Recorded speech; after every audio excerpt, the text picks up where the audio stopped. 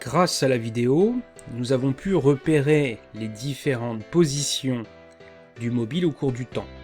Nous avons alors pu renseigner grâce à l'ordinateur, pour chacun des moments du mouvement, une abscisse suivant un axe X du mobile, du centre du mobile.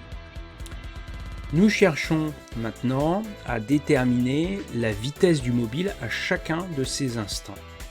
Pour cela, nous allons calculer ce que l'on appelle la dérivée de la position.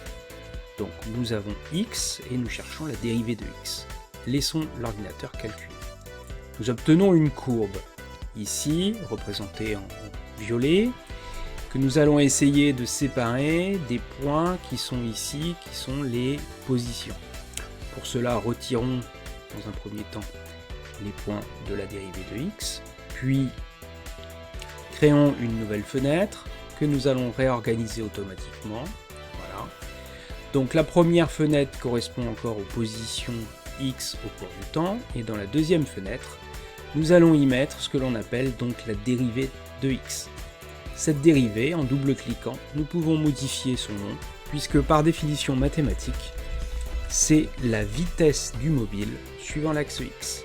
Son unité sera donc le mètre par seconde. Ok. Nous prenons cette vitesse, on clique, on reste appuyé, on glisse sur la fenêtre 2 et on voit réapparaître cette courbe qui a été calculée à partir des positions du mobile sur la vidéo. Cette courbe semble être une droite qui ne passe pas par l'origine, avec à l'extrémité des points un peu aberrants, puisque la vitesse est mal définie à ses extrémités. Nous allons chercher une loi mathématique qui représenterait cette vitesse.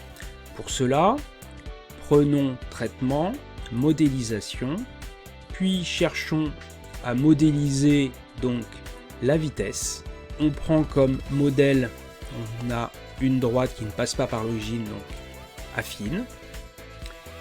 Le modèle sera vitesse de x égale a fois t plus b. Calculons.